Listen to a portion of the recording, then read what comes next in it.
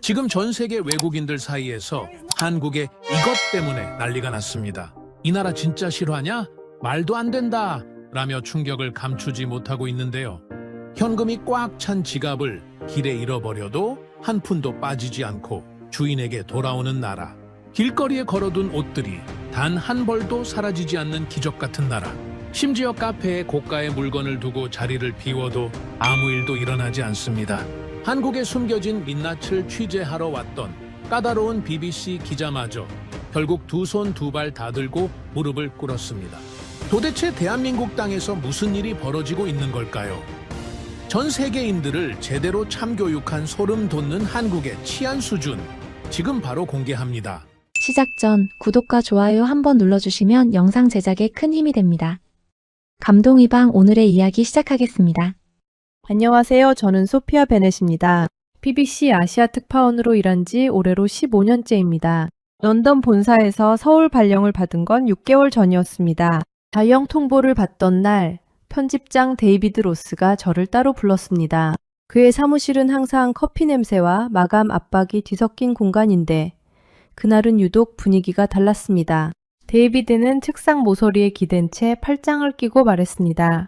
소피아, 요즘 전 세계가 한국에 열광하고 있어. K-드라마, K-팝, K-푸드. 근데 BBC 독자들은 열광이 아니라 팩트를 원해. 한류 거품 뒤에 뭐가 있는지 그걸 가져와.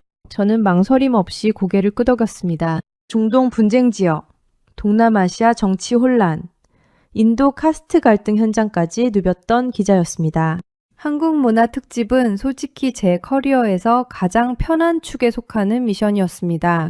데이비드가 원하는 게 뭔지도 명확했습니다. 화려한 한류 이면의 그늘, 과장된 이미지와 현실의 간극, 어느 나라든 깊이 들어가면 나오는 것들이었으니까요. 저는 그날 저녁 서울행 항공권을 예약하면서 머릿속으로 이미 기사의 구조를 짜고 있었습니다. 서울행 비행기에 오르기 전날 밤, 짐을 싸면서 제일 먼저 챙긴 건 트래블 보험 서류였습니다. 분실, 도난, 의료, 항목을 하나씩 손가락으로 짚어가며 확인하는 건 런던에서 15년을 산 사람이라면 몸에 밴 습관입니다. 런던은 아름다운 도시입니다. 동시에 방심하는 순간 반드시 대가를 치르는 도시이기도 합니다. 3년 전 일이 떠올랐습니다. 퇴근길 지하철 아니었습니다. 피곤해서 잠깐 눈을 감은 사이 가방 안에 있던 지갑이 사라졌습니다. 현금, 카드, 신분증까지 전부였습니다. 경찰에 신고했지만 돌아온 건 사건 접수 번호 하나뿐이었고 범인은 끝내 잡히지 않았습니다. 카드사에 분실 신고를 하던 그날 저녁 누군가 이미 제 카드로 200파운드를 긁어간 뒤였습니다. 그날 이후로 저는 대중교통에서 가방을 반드시 무릎 위에 올려두게 됐습니다. 핸드폰은 주머니 깊숙이, 지퍼는 항상 2번 확인했습니다. 과민 반응이라고 할 수도 있겠지만 런던에서 그건 과민 반응이 아니라 상식에 가까운 일이었습니다. 인천공항에 내렸을 때 첫인상은 깨끗하다는 것이었습니다. 넓고 정돈된 공간, 안내 표지판은 영어와 한국어가 깔끔하게 병기되어 있었습니다. 공항이 크고 현대적인 건 싱가포르나 두바이도 마찬가지니 특별한 감흥은 없었습니다. 공항 철도를 타고 서울 시내로 들어오는 동안 차창 밖을 바라봤습니다. 빽빽한 아파트 단지, 한강 위를 가로지르는 다리들, 불빛이 가득한 도심, 여느 아시아 대도시와 크게 달라 보이지 않았습니다. 숙소에 짐을 풀고 첫날 저녁은 근처를 가볍게 걸어봤습니다. 취재 전에 도시의 공기를 먼저 마시는 게 제 방식이거든요. 종로 근처 골목을 걷는데 생각보다 사람이 많았습니다. 밤 10시가 넘은 시간인데도 남녀노소 할 것 없이 골목을 활보하고 있었습니다. 혼자 걷는 여성들도 심심찮게 눈에 띄었습니다. 이어폰을 꽂고 느린 걸음으로 걷는 사람. 편의점 앞 테이블에 혼자 앉아 캔맥주를 마시는 사람. 런던이라면 이 시간, 이 골목에서 저는 절대 혼자 걷지 않았을 겁니다. 설령 걷더라도 가방을 앞으로 메고 발걸음을 빠르게 유지했을 거고요. 숙소로 돌아오는 길에 편의점에 들렀습니다. 음료를 하나 집어 계산대로 가는데 카운터 옆 선반에 핸드폰 충전 케이블이 여러 개 꽂혀 있었습니다. 그리고 모르는 사람의 핸드폰이 버젓이 충전 중이었습니다. 주인은 어디에도 보이지 않았습니다. 저는 잠깐 멈췄다가 그냥 지나쳤습니다. 피곤했고 아직 이 도시를 분석할 준비가 되어 있지 않았던 때였으니까요. 숙소로 돌아와 취재 수첩 첫 장을 펼쳤습니다. 데이비드가 원하는 기사의 키워드를 적어 내려갔습니다. 한류 거품, 현실과의 간극, 과장된 이미지. 15년 경력의 기자로서 이 정도 기사는 한 달이면 충분하다고 생각했습니다. 서울은 그냥 또 하나의 아시아 대도시일 거라고, 어디서나 봐온 것들이 다른 언어로 포장되어 있을 거라고 확신했습니다. 그 확신이 흔들리는 데는 사흘도 걸리지 않았습니다. 서울에 도착한 지 사흘째 되던 날이었습니다. 오전부터 종로 일대를 걸어다니며 취재 메모를 채우고 있었습니다. 인사동 골목, 광장시장 입구, 청계천 주변까지 2시간 넘게 걸었습니다. 날씨는 맑았고 거리는 생각보다 활기찼습니다. 골목마다 작은 가게들이 늘어서 있었고 평일 오전인데도 사람들로 북적였습니다. 카메라를 들고 이것저것 담으면서 메모를 병행하다 보니 어느 순간 가방에 신경을 덜 쓰고 있었습니다. 런던에서라면 절대 일어나지 않을 일이었습니다. 런던에서 카메라를 꺼내드는 순간부터 저는 동시에 가방끈을 더 세게 움켜쥐는 사람이었으니까요. 점심을 먹으러 근처 한식당을 찾아 들어가 자리를 잡고 가방을 열었습니다. 지갑이 없었습니다. 처음엔 가방 안쪽 주머니를 뒤졌습니다. 없었습니다. 카메라 파우치 사이를 확인했습니다. 없었습니다. 겉주머니, 안주머니, 지퍼 달린 칸까지 전부 뒤졌습니다. 가방을 통째로 뒤집다시피 했습니다. 지갑은 어디에도 없었습니다. 머릿속이 하얘졌습니다. 3년 전 런던 지하철에서 느꼈던 그 감각이 그대로 되살아났습니다. 심장이 먼저 내려앉고 손이 떨렸습니다. 주변 소음이 갑자기 멀어지는 느낌. 그 기묘한 공백감을 저는 아직도 기억합니다. 지갑 안에는 현금 15만 원과 신용카드 2장, 영국 운전면허증이 들어있었습니다. 카드부터 막아야 한다는 생각이 먼저 들었습니다. 3년 전에는 경찰에 신고하는 사이 이미 누군가 제 카드로 200파운드를 긁어간 뒤였습니다. 핸드폰을 꺼내 카드사 국제고객센터 번호를 찾는데 손가락이 제대로 움직이지 않았습니다. 식당 안이 갑자기 좁게 느껴졌습니다. 다른 손님들은 아무렇지 않게 밥을 먹고 있었고 저만 혼자 패닉 상태였습니다. 카드 정지를 신청하고 나서 112에 전화했습니다.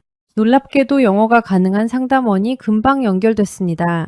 종로 일대를 걷다가 지갑을 분실한 것 같다고 설명했습니다. 상담원은 당황하지 않고 차분하게 응대했습니다. 먼저 걸어온 경로를 다시 한번 되짚어 보라고 했습니다. 그리고 이렇게 덧붙였습니다. 한국에서는 습득물을 신고하는 경우가 많으니 근처 파출소에 직접 방문해 보는 게 좋겠다고. 저는 그 말을 듣고 속으로 피식했습니다. 현금이 든 지갑을 누가 그냥 신고한단 말인가? 런던에서라면 그건 동화 속 이야기였습니다. 그래도 달리 방법이 없었습니다. 반신반의한 채로 자리에서 일어나 파출소를 찾아 나섰습니다. 안국동 파출소까지는 걸어서 5분 거리였습니다. 가는 내내 머릿속으로 최악의 시나리오를 돌렸습니다. 카드 명의 도용 피해, 면허증 재발급 절차, 런던 본사의 상황을 어떻게 보고할지, 현금은 이미 포기했습니다. 그 정도는 받아들일 준비가 되어 있었습니다. 3년 전에도 그랬으니까요. 파출소 문을 열고 들어봤습니다. 검찰관 2명이 있었습니다. 한 명이 고개를 들었습니다. 저는 영어로 천천히 설명했습니다. 오늘 오전 종로 인사동 골목 일대를 걷다가 지갑을 잃어버린 것 같다고. 경찰관은 고개를 끄덕이며 컴퓨터 화면을 확인했습니다. 그리고 잠깐 기다려달라고 했습니다. 안쪽으로 들어가더니 투명한 비닐봉투를 하나 들고 나왔습니다. 제 지갑이었습니다.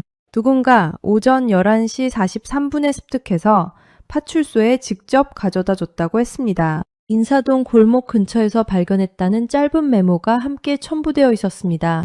습득자 이름은 적혀 있지 않았습니다. 연락처도 없었습니다. 보상을 요구한 흔적도 없었습니다. 그냥 가져다 주고 간 겁니다. 아무도 시키지 않았는데 아무런 대가도 바라지 않고 저는 봉투를 건네받아 지갑을 열었습니다. 현금 15만 원, 신용카드 2장, 영국 운전면허증, 아무것도 빠져있지 않았습니다. 지폐 한 장까지 그대로였습니다. 손으로 지폐를 한 장씩 넘겨보면서도 믿기지 않았습니다. 다시 한번 확인했습니다. 역시 그대로였습니다. 그 자리에서 말이 나오지 않았습니다. 런던에서 잃어버린 지갑은 돌아오지 않았습니다. 신고를 해도, 카드사에 연락을 해도, 경찰이 움직여도 결국 돌아오지 않았습니다. 그게 제가 알고 있던 도시의 작동 방식이었습니다. 그런데 서울에서는 아무도 지켜보지 않는 골목에서 누군가 지갑을 주워 파출소까지 직접 걸어갔습니다. 이름도 남기지 않고 사례를 바라지도 않고 현금이 든 지갑을 단 한 푼도 꺼내지 않은 채로 파출소를 나오면서 저는 가방에서 취재 수첩을 꺼냈습니다. 전날 밤 적어뒀던 키워드들 아래에 새로운 문장을 하나 썼습니다. 왜 아무것도 없어지지 않는가? 그 문장이 이후 6개월간 제 취재의 방향을 완전히 바꿔놓을 줄은 그때는 몰랐습니다. 파출소에서 돌아온 다음 날, 저는 다시 취재를 시작했습니다. 지갑 사건 이후 뭔가가 달라져 있었습니다. 도시를 바라보는 눈이 달라졌다고 해야 할까요? 전날까지는 그냥 스쳐 지나쳤던 장면들이 갑자기 다르게 보이기 시작했습니다. 이 도시에서는 왜 아무것도 없어지지 않는가? 그 질문을 머릿속에 품고 걸으니 서울 골목이 전혀 다른 공간처럼 느껴졌습니다. 오전 취재를 마치고 점심을 먹기 위해 종로 인근의 허름한 한식당에 들어갔습니다. 관광객보다 동네 주민들이 많이 찾는 곳처럼 보였습니다. 메뉴판을 들여다보고 있는데 뭔가 이상한 느낌이 들었습니다. 테이블 옆을 보니 작은 서랍이 하나 붙어 있었습니다. 별 생각 없이 손잡이를 당겼습니다. 안에는 수저와 젓가락이 가지런히 정렬되어 있었습니다. 냅킨도 함께였습니다. 직원이 가져다 준 것도 아니었습니다. 그냥 처음부터 거기 있었던 겁니다. 작은 발견이었습니다. 그런데 묘하게 눈에 걸렸습니다.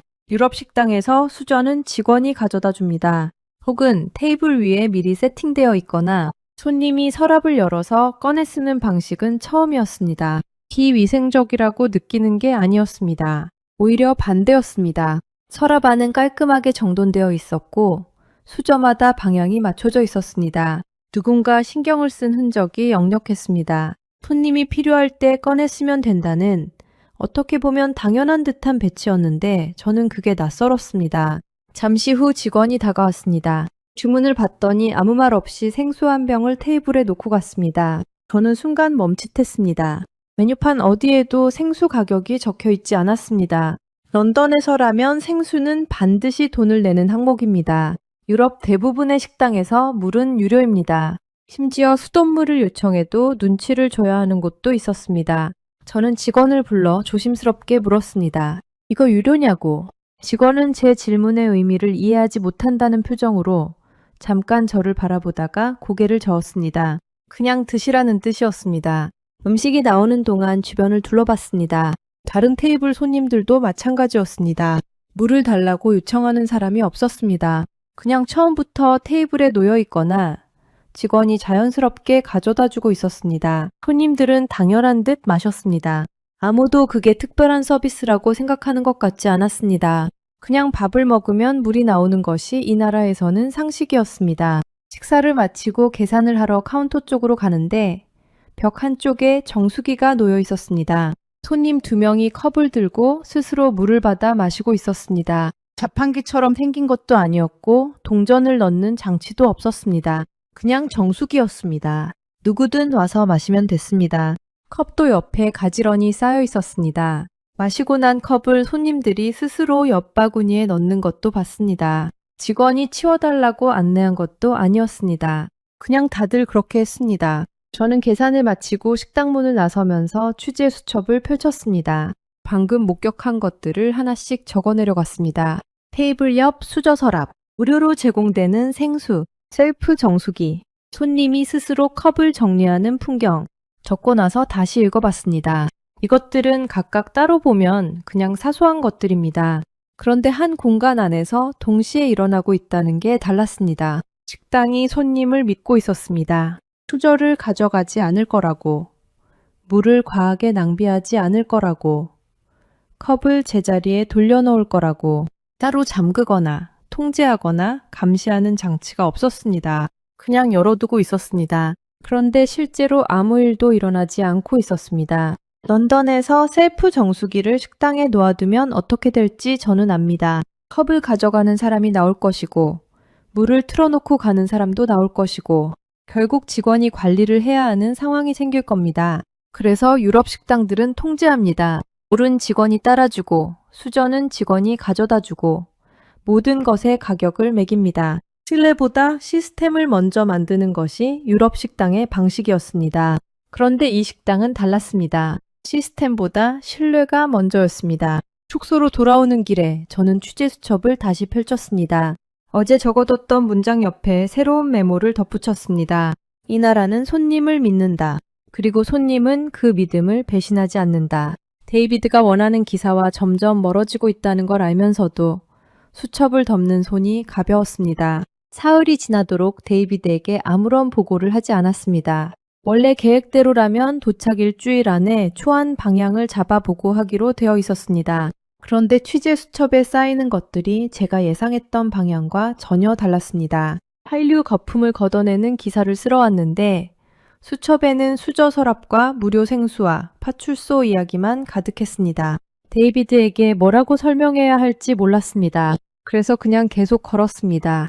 그날도 종로 일대였습니다. 골목 안쪽으로 들어가니 의류 가게들이 줄지어 늘어서 있었습니다. 작은 규모의 가게들이었는데 한 가게 앞에서 발걸음이 멈췄습니다. 가게 안쪽이 아니었습니다. 가게 문 밖, 길거리였습니다. 옷들이 걸려 있었습니다. 행거에 빼곡하게 걸린 옷들이 인도 위로 튀어나와 있었습니다. 가게 안 직원의 시선이 닿지 않는 곳이었습니다. CCTV가 있는지 확인해 봤습니다. 보이지 않았습니다. 도난 방지 태그 같은 것도 없었습니다. 그냥 길거리에 아무런 보호장치 없이 옷들이 걸려 있었습니다. 저는 그 자리에 멈춰서서 한참을 지켜봤습니다. 지나가는 사람들이 옷을 구경했습니다. 손으로 만져보는 사람도 있었습니다. 가격표를 확인하는 사람도 있었습니다. 그런데 아무도 그냥 가져가지 않았습니다. 당연한 말처럼 들리겠지만 저에게는 당연하지 않았습니다. 런던의 번화가에서 저 상황을 상상해 봤습니다. 직원 시선이 닿지 않는 곳에 잠금 장치도 없이 물건을 내놓는 가게. 아마 하루도 버티지 못할 겁니다. 런던 옥스퍼드 스트리트의 대형 매장들도 입구마다 도난 방지 게이트를 세워두고 고가 제품엔 전자태그를 달아두는 곳들이었습니다. 그게 상식이었습니다. 그런데 이 골목의 가게들은 달랐습니다. 길거리까지 물건을 내밀어 두고 있었습니다. 심지어 몇몇 가게는 직원이 안쪽에 앉아 핸드폰을 보고 있었습니다.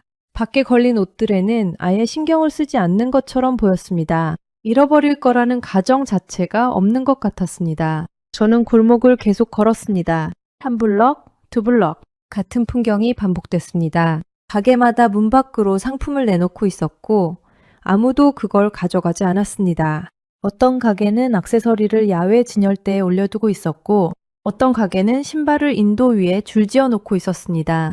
잠금 장치 없이, 감시 카메라 없이, 직원 시선 없이 골목을 빠져나와 큰 길로 나왔습니다. 마침 근처에 카페가 보였습니다. 잠깐 앉아 메모를 정리하려고 들어갔습니다. 자리를 잡고 앉는데 옆 테이블 광경이 눈에 들어왔습니다. 젊은 여성이 노트북을 켜두고 가방을 의자에 걸어둔 채 자리를 비우고 있었습니다. 화장실에 간 것 같았습니다. 테이블 위에는 지갑 크기의 작은 파우치도 놓여 있었습니다. 아무도 그 테이블에 관심을 두지 않았습니다. 저는 시계를 봤습니다. 그리고 기다렸습니다. 3분 후 여성이 돌아왔습니다. 노트북도 가방도 파우치도 그대로였습니다. 여성은 아무렇지 않게 자리에 앉아 노트북 화면을 다시 들여다봤습니다. 처음부터 의심 같은 건 없었던 사람처럼요. 저는 그 모습을 보면서 취재 수첩에 한 줄을 적었습니다. 이 사람은 한 번도 걱정하지 않았다. 카페 안을 천천히 둘러봤습니다. 콘센트마다 핸드폰이 꽂혀 충전 중이었습니다. 주인이 자리에 없는 것들도 있었습니다. 계산대 줄에 서 있거나 화장실에 간 사이에 맡겨둔 것들이었습니다. 고가의 스마트폰들이 낯선 사람들 사이에서 아무런 보호 없이 충전되고 있었습니다. 누구도 그걸 이상하게 여기지 않았습니다. 저는 조심스럽게 실험을 해보기로 했습니다. 노트북을 펼쳐두고 가방을 의자에 걸었습니다. 핸드폰은 테이블 위에 그대로 뒀습니다. 그리고 화장실로 향했습니다. 걸어가면서 자꾸 뒤를 돌아보고 싶었습니다. 참았습니다. 화장실 안에서 30초를 셌습니다. 그리고 돌아왔습니다. 노트북도 가방도 핸드폰도 그대로였습니다. 당연한 결과였습니다. 이 도시에서는 그런데 저는 그 당연한 결과가 전혀 당연하게 느껴지지 않았습니다. 자리로 돌아와 앉으면서 손이 살짝 떨렸습니다. 안도감 때문이었습니다. 그리고 그 안도감이 부끄러웠습니다. 런던에서 15년을 살아온 제가 서울 카페에서 30초 자리를 비우고 돌아와 안도하고 있었습니다. 취재 수첩을 펼쳤습니다. 오늘 목격한 것들을 다시 정리했습니다. 길거리에 무방비로 걸린 옷들, 짐을 두고 자리를 비우는 카페 손님들, 주인 없이 충전 중인 핸드폰들, 그리고 그 모든 것들이 아무 일 없이 제자리에 있는 풍경. 이건 우연이 아니었습니다. 한 번이면 우연입니다. 두 번이면 우연일 수도 있습니다. 그런데 골목마다, 식당마다, 카페마다 같은 장면이 반복되고 있었습니다. 이 도시 전체가 같은 방식으로 작동하고 있었습니다. 데이비드가 원하는 기사는 점점 더 멀어지고 있었습니다. 그리고 저는 점점 더 다른 질문에 가까워지고 있었습니다. 어떻게 이게 가능한가? 밤으로만 쓰는 기사는 BBC 기사가 아닙니다. 15년 동안 몸에 밴 원칙이었습니다. 현장에서 아무리 강렬한 장면을 목격해도 데이터가 뒷받침되지 않으면 기사가 될 수 없었습니다. 지갑 사건, 수저 서랍, 길거리 옷가게, 카페 실험. 나흘 동안 취재 수첩에 쌓인 것들은 분명히 뭔가를 가리키고 있었습니다. 그런데 그게 개인적 인상에 그치는 건지 아니면 실제로 이 나라 전체의 이야기인지를 확인해야 했습니다. 숙소로 돌아와 노트북을 열었습니다. 가장 먼저 찾아본 건 범죄 통계였습니다. 한국 경찰청이 공개한 자료를 찾는 데는 오래 걸리지 않았습니다. 2023년 기준 한국의 강력범죄 발생 건수는 인구 10만 명당 약 30건 수준이었습니다. 영국은 같은 기준으로 100건이 넘었습니다. 미국은 350건을 웃돌았습니다. 저는 숫자를 2번 확인했습니다. 오타가 아닌지 확인하고 싶었습니다. 오타가 아니었습니다. 글로벌 평화지수도 찾아봤습니다. 호주 경제평화연구소가 매년 발표하는 이 지수는 163개국을 대상으로 분쟁, 사회안전, 군사화 정도를 종합평가합니다. 2023년 기준 한국은 전 세계 43위였습니다. 영국은 34위로 한국보다 앞섰지만 사회안전 세부 항목에서는 한국이 더 높은 점수를 받고 있었습니다. 살인율, 폭력 범죄율, 수감자 비율 같은 항목들에서였습니다. 분실물 반환율 관련 자료도 찾아봤습니다. 한국경찰청 유실물 통계에 따르면 한국의 분실물 반환율은 약 44%에 달합니다. 일본이 비슷한 수준으로 알려져 있고 미국과 유럽 대부분의 국가는 10% 안팎이었습니다. 런던 경찰청이 공개한 자료에는 분실 신고된 지갑의 반환율이 5%에도 미치지 못한다는 내용이 있었습니다. 저는 그 숫자를 보면서 파출소에서 돌려받은 제 지갑을 생각했습니다. 현금까지 그대로인 채로 야간 여성 보행 안전도 데이터를 찾아봤습니다. 갤럽 인터내셔널이 수행한 국제 설문 결과에서 한국 여성의 심야 보행 안전 체감도는 조사 대상국 중 상위권이었습니다. 영국 여성의 심야 보행 안전 체감도는 한국보다 현저히 낮았습니다. 런던에서 밤 11시에 혼자 골목을 걷는 여성을 저는 거의 본 적이 없었습니다. 서울에서는 첫날 밤부터 봤습니다. 숫자들을 하나씩 노트에 옮겨 적으면서 저는 묘한 감각을 느꼈습니다. 취재 수첩에 쌓인 장면들이 단순한 인상이 아니었다는 확인. 이 나라는 실제로 다르게 작동하고 있었습니다. 데이터가 그것을 말하고 있었습니다. 그런데 데이터 앞에서 또 다른 질문이 생겼습니다. 수치는 결과를 보여줍니다. 강력범죄 발생률이 낮다. 분실물 반환율이 높다. 야간 보행 안전 체감도가 높다. 그런데 왜 그런지는 숫자가 말해주지 않았습니다. CCTV 때문일까요? 경찰력 때문일까요? 저는 CCTV 관련 자료도 찾아봤습니다. 한국은 인구 대비 CCTV 설치 밀도가 높은 편에 속하는 건 사실이었습니다. 그런데 CCTV 밀도가 비슷하거나 더 높은 나라들에서도 범죄율은 한국보다 높았습니다. 영국도 세계에서 CCTV가 가장 많은 나라 중 하나였습니다. 그런데 런던에서 저는 지갑을 잃었습니다. 카메라가 지켜보고 있었는데도 경찰 출동 시간 자료도 확인했습니다. 한국 경찰의 평균 출동 시간은 신고 접수 후 5분 이내였습니다. 영국은 평균 10분에서 15분 사이였고 농촌 지역은 그보다 훨씬 길었습니다. 그런데 경찰 출동 시간도 근본적인 답이 될 수 없었습니다. 길거리 옷가게 앞에 걸린 옷들을 아무도 가져가지 않는 건 경찰이 빨리 오기 때문이 아니었습니다. 카페에서 가방을 두고 화장실을 가는 건 CCTV가 있기 때문이 아니었습니다. 그건 다른 무언가였습니다. 저는 노트북 화면에서 눈을 들었습니다. 숙소 창문 너머로 서울 야경이 보였습니다. 불빛이 가득한 도시, 수천만 명이 살아가는 공간, 그 안에서 누군가는 길에서 주운 지갑을 그대로 파출소에 가져다 주고, 식당은 손님에게 무료로 물을 내놓고, 카페 손님들은 서로의 짐을 건드리지 않았습니다. 데이터는 이 나라가 다르다는 걸 증명했습니다. 그런데 데이터가 설명하지 못하는 것이 있었습니다. 숫자 뒤에 있는 것, 시스템이 아니라 사람들이 서로를 대하는 방식, 그걸 찾아야 했습니다. 취재 수첩에 내일의 방향을 적었습니다. 숫자 뒤를 봐야 한다. 이 나라 사람들은 왜 서로를 믿는가? 데이비드에게는 여전히 연락하지 않았습니다. 기사의 방향이 완전히 바뀌고 있다는 걸 아직 말할 준비가 되지 않았습니다. 런던에서 전화가 온 건 서울 도착 한 달이 지난 시점이었습니다. 데이비드였습니다. 예상하고 있었습니다. 오히려 이 정도까지 기다려준 게 그답지 않다고 생각하고 있었습니다. 전화를 받는 순간 그의 목소리 톤만으로 분위기를 알 수 있었습니다. 15년을 함께 일한 편집장이었으니까요. 소피아, 기사 어떻게 돼가고 있어? 짧은 질문이었습니다. 그런데 그 안에 많은 게 담겨 있었습니다. 마감 압박, 본사의 기대, 그리고 슬슬 결과물을 내놓으라는 신호. 저는 잠깐 말을 고르다가 천천히 입을 열었습니다. 데이빗, 방향이 좀 바뀔 것 같아. 전화기 너머로 잠시 침묵이 흘렀습니다. 데이비드가 팔짱을 끼는 소리가 들리는 것 같았습니다. 그는 조용히 물었습니다. 어떻게 바뀐다는 거냐고. 저는 한 달 동안 취재 수첩에 쌓인 것들을 설명하기 시작했습니다. 지갑 사건, 수저 서랍, 길거리 옷가게, 카페 실험, 그리고 데이터.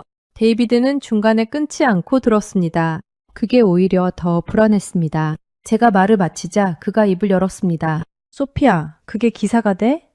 BBC 독자들이 수저 서랍 이야기를 보러 클릭하겠어? 틀린 말이 아니었습니다. BBC 독자들은 정치, 경제, 갈등, 위기를 원했습니다. 한국 식당의 무료 생수가 헤드라인이 될 리 없었습니다. 데이비드의 말은 편집장으로서 완전히 타당했습니다. 저도 그걸 알았습니다. 그런데 선뜻 동의가 되지 않았습니다. 데이빗, 나 한 달 동안 한국의 치안 문제를 찾으러 다녔어. 그런데 없어. 진짜로 없는 거야. 강력범죄 발생률이 영국의 3분의 1도 안 돼. 분실물 반환율은 44%야. 런던은 5%도 안 되는데. 또 침묵이 흘렀습니다. 이번엔 좀 더 길었습니다. 그래서 뭘 쓰고 싶다는 거야? 저는 창밖을 봤습니다. 서울 낮 풍경이 창문을 가득 채우고 있었습니다. 빽빽한 건물들, 그 사이를 오가는 사람들. 한 달 전 처음 이 도시에 도착했을 때와 같은 풍경이었습니다. 그런데 전혀 다르게 보였습니다. 왜 이 나라가 작동하는지. 그게 진짜 기사야. 데이비드는 바로 답하지 않았습니다. 저는 그 침묵이 무엇을 의미하는지 알았습니다. 회의적이라는 뜻이었습니다. BBC는 찬사 기사를 쓰는 매체가 아니었습니다. 어느 나라를 칭찬하는 기사는 광고처럼 보일 수 있었고 그건 저널리즘이 아니었습니다. 데이비드가 그걸 걱정하고 있다는 걸 알았습니다. 한 달 더 줄게. 근데 소피아, 팩트로 말해야 해. 감동 스토리 말고. 전화가 끊겼습니다. 저는 핸드폰을 테이블에 내려놓고 한동안 그 자리에 앉아 있었습니다. 한 달. 데이비드가 준 시간은 충분했습니다. 문제는 제가 찾아야 하는 것이 명확해졌다는 것이었습니다. 감동이 아니라 팩트. 수저 서랍이 왜 거기 있는지가 아니라 이 나라 사람들이 왜 그 방식으로 서로를 대하는지 그 뿌리를 찾아야 했습니다. 취재 수첩을 펼쳤습니다. 데이비드와의 통화 내용을 간단히 적고 나서 다음 장에 새로운 목록을 만들었습니다. 이 나라의 신뢰 문화가 어디서 왔는지를 추적하기 위한 취재 계획이었습니다. 역사학자, 사회학자, 그리고 이 나라를 오래 연구해온 외국인 학자들을 만나야 했습니다. 숫자 뒤에 있는 것, 시스템이 만들어내지 못하는 것, 사람들이 서로를 대하는 방식의 근원을 찾아야 했습니다. 그날 저녁 저는 처음으로 취재 방향이 확실하다는 느낌을 받았습니다. 데이비드가 원하는 기사가 아니라 제가 써야 하는 기사. 그 두 가지가 결국 같은 것이 될 수 있다는 확신이 조금씩 생기고 있었습니다. 축소 창밖으로 서울의 밤이 내려앉고 있었습니다. 골목 가게들이 하나둘 불을 밝혔습니다. 문 밖에 진열된 옷들은 여전히 그 자리에 있었습니다. 아무도 가져가지 않은 채로. 저는 그 풍경을 한동안 바라보다가 노트북을 열었습니다. 할 일이 많았습니다. 휴재 방향을 바꾼 첫 번째 만남은 서울대학교 사회학과 김태준 교수였습니다. 한국의 공동체 문화를 30년 넘게 연구해온 학자였습니다. 연구실은 낡은 책들로 가득했고 창문 너머로 캠퍼스가 내려다 보였습니다. 저는 준비해온 질문들을 꺼냈습니다. 한국의 범죄율이 낮은 이유, 분실물, 반환율이 높은 이유, 사람들이 카페에서 짐을 두고 자리를 비울 수 있는 이유. 교수는 제 질문을 끝까지 듣고 나서 잠시 생각하더니 이렇게 말했습니다. 베네 씨, 그 질문들은 사실 하나의 질문입니다. 이 나라 사람들은 왜 서로를 믿는가? 저는 수첩에 그 말을 그대로 받아 적었습니다. 교수는 설명을 이어갔습니다. 한국 사회의 신뢰 문화를 이해하려면 두 가지 시대를 봐야 한다고 했습니다. 하나는 6.25 전쟁 직후 아무것도 없던 시절이었습니다. 1950년대 한국의 1인당 국민소득은 67달러였습니다. 아프리카 최빈국 수준이었습니다. 그 시절 사람들은 서로 기대지 않으면 살 수 없었습니다. 이웃집 쌀이 쌀을 떨어지면 내 쌀을 나눴고 농사철엔 마을 전체가 함께 움직였습니다. 남의 것을 탐낸다는 건 공동체의 붕괴를 의미했습니다. 가난했지만 서로의 것을 건드리지 않는 문화는 그렇게 만들어졌습니다. 두 번째 시대는 1970년대 새마을 운동이었습니다. 교수는 이 시기가 한국 공동체 의식의 결정적 전환점이었다고 말했습니다. 정부가 주도한 운동이었지만 실제로 움직인 건 사람들이었습니다. 마을마다 주민들이 스스로 도로를 닦고 지붕을 고쳤습니다. 내 집만이 아니라 마을 전체를 함께 고쳤습니다. 근면, 자조, 협동. 그 세 가지가 표어였지만 실제로 그것들은 표어 이전에 이미 이 나라 사람들의 몸 안에 있던 것들이었다고 교수는 말했습니다. 저는 질문을 던졌습니다. 그게 지금까지 이어진다고 볼 수 있냐고. 반세기가 지났는데도 교수는 고개를 끄덕였습니다. 문화는 제도보다 오래 살아남는다고 했습니다. 법이 바뀌고 정권이 바뀌고 도시가 바뀌어도 사람들이 서로를 대하는 방식은 훨씬 천천히 바뀐다고. 지금 카페에서 짐을 두고 화장실을 가는 20대 청년들은 새마을 운동을 모릅니다. 6.25를 경험하지 않았습니다. 그런데 그들의 부모가, 그들의 조부모가 몸으로 익힌 방식이 가정 안에서, 학교 안에서, 골목 안에서 전달된 것이라고 교수는 말했습니다. 저는 연구실을 나오면서 한동안 멍하니 캠퍼스를 걸었습니다. 그 다음 만난 사람은 한국에서 20년을 산 영국인 사회학자 마틴 브라이어였습니다. 런던 출신으로 한국 도시 문화를 연구하다 아예 서울에 정착한 사람이었습니다. 그는 제 취재 의도를 듣더니 피식 웃었습니다. 나도 처음에 똑같이 놀랐어요. 런던에서 오면 다들 그래요. 그는 한국의 신뢰 문화를 유지시키는 요소로 교육을 꼽았습니다. 한국 학교에서는 어릴 때부터 공동체 의식을 가르친다고 했습니다. 청소당번, 급식당번, 학급 전체가 함께하는 활동들, 내가 하지 않으면 다른 사람이 피해를 본다는 것을 몸으로 배우는 구조라고 했습니다. 규칙이 아니라 감각으로 익히는 것들이었습니다. 브라이언은 또 한 가지를 덧붙였습니다. 한국 사회에서 체면과 수치심의 문화가 공동체 신뢰를 유지하는 강력한 기제로 작동한다고. 남의 것을 탐낸다는 것은 단순한 범죄가 아니라 사람으로서의 품격 문제로 여겨진다고. 그건 법이 만들 수 있는 게 아니었습니다. 오랜 시간 문화가 만들어낸 것이었습니다. 저는 숙소로 돌아와 하루 종일 진행한 인터뷰 내용을 정리했습니다. 두 학자의 말을 노트에 옮기면서 한 가지 생각이 계속 머릿속을 맴돌았습니다. 서울의 낮은 범죄율은 경찰력의 결과가 아니었습니다. 높은 분실물 반환율은 CCTV의 결과가 아니었습니다. 카페에서 짐을 두고 자리를 비울 수 있는 건 법이 무서워서가 아니었습니다. 그것들은 모두 전쟁의 폐허 위에서 서로 기대어 살아남은 사람들이, 가난했던 시절에도 남의 것을 탐내지 않았던 사람들이 그 방식을 자식에게 전하고 또 그 자식이 다음 세대에 전하면서 만들어낸 것이었습니다. 시스템이 아니었습니다. 사람이었습니다. 취재 수첩을 덮으면서 저는 기사의 첫 문장이 보이기 시작했습니다. 데이비드가 원하는 팩트도 있었습니다. 그리고 그 팩트 뒤에 있는 이야기도 있었습니다. 두 가지를 함께 쓸 수 있었습니다. 써야 했습니다. 창밖 서울의 밤은 여전히 환했습니다. 골목 가게들은 불을 밝히고 있었고 문 밖에 걸린 옷들은 여전히 그 자리에 있었습니다. 아무도 가져가지 않은 채로 그 풍경이 이제는 다르게 읽혔습니다. 기적이 아니었습니다. 70년이 넘는 시간이 만들어낸 당연함이었습니다. 기사를 쓰기 시작한 건 서울 도착 2달째 되던 날 새벽이었습니다. 숙소 책상에 노트북을 펼쳐두고 취재 수첩을 옆에 쌓았습니다. 2달치 수첩이 4권이었습니다. 지갑 사건부터 시작해서 수저 서랍, 길거리 옷가게, 카페 실험, 통계 자료, 2 학자와의 인터뷰까지 페이지마다 밑줄과 메모가 가득했습니다. 저는 첫 번째 수첩을 펼쳐 첫 장을 다시 읽었습니다. 왜 아무것도 없어지지 않는가? 2달 전 파출소를 나오면서 적은 문장이었습니다. 그때는 질문이었습니다. 지금은 답이 있었습니다. 노트북 화면에 제목을 먼저 입력했습니다. Why Korea Works? 왜 한국은 작동하는가? 커서가 깜빡였습니다. 저는 잠깐 그 제목을 바라보다가 첫 문장을 쓰기 시작했습니다. 런던에서 지갑을 잃어버린 이야기로 시작했습니다. 그리고 서울에서 지갑을 돌려받은 이야기로 이어갔습니다.